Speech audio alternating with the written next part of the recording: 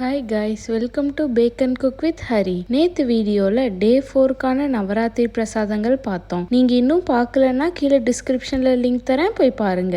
இந்த வீடியோவில் டே 5க்கான நவராத்திரி பிரசாதங்களில் நான் பண்ணது வெல்கம் ட்ரிங்க்குக்காக பொமோகிரானேட் மேஜிக் ஷேக், இனிப்பு பிரசாதத்துக்காக அவுல் கேசரி, கார பிரசாதத்துக்கு பச்சை பட்டாணி மாங்காய் சுண்டல். எப்படி பண்ணுறதுன்னு பார்க்கலாம் வாங்க. பொமோகிரானேட் மேஜிக் ஷேக் செய்ய மிக்சரில் 1/2 கப் மாதுளம்பழம், 1 கப் பால், 1 ஸ்கூப் வெண்ணிலா ஐஸ்கிரீம் சேர்த்து அரைச்சா மேஜிக் மாதிரி லைட் லாவெண்டர் கலர்ல மில்க் ஷேக் ரெடி ஆயிரும். அவுல் கேசரி செய்யறதுக்கு கடாயில 2 ஸ்பூன் நெய் விட்டு உருகுனதும் கை நிறைய முந்திரி திராட்சை சேர்த்து வறுத்து தனியா எடுத்து வச்சுக்கோங்க. அதே நெய்ல 1 கப் அவுல் சேர்த்து 2 நிமிஷத்துக்கு வறுத்து எடுத்து வச்சுக்கோங்க. கடாயில 1/2 கப் தண்ணி, 1 கப் பால் சேர்த்து கொதிக்கும் போது வறுத்த அவுல் சேர்த்து பால் ஃபுல்லா சுண்டுற வரைக்கும் நல்லா மிக்ஸ் பண்ணி குக் பண்ணிக்கோங்க. பால் ஃபுல்லா சுண்டி கெட்டியானதுக்கு அப்புறம் கூட 1/2 கப் வெல்லம் சேர்த்து கட்டி இல்லாம நல்லா மிக்ஸ் பண்ணிக்கோங்க. நல்லா மிக்ஸ் ஆனதும் 3-4 ஸ்பூன் நெய் சேர்த்து நல்லா கெட்டியாகிற வரைக்கும் நல்லா குக் பண்ணிக்கோங்க. நல்லா கெட்டியானதும் வறுத்து வச்சிருக்கிற முந்திரி திராட்சை சேர்த்து கலக்குனா சூப்பர் டேஸ்டியான அவுல் கேசரி ரெடி. பச்சை பட்டாணி மாங்காய் சுண்டல் செய்யறதுக்கு கடாயில எண்ணெய் விட்டு எண்ணெய் சூடானதும் கடுகு, உளுத்தம்பருப்பு, கடலைப்பருப்பு, கருவேப்பிலை,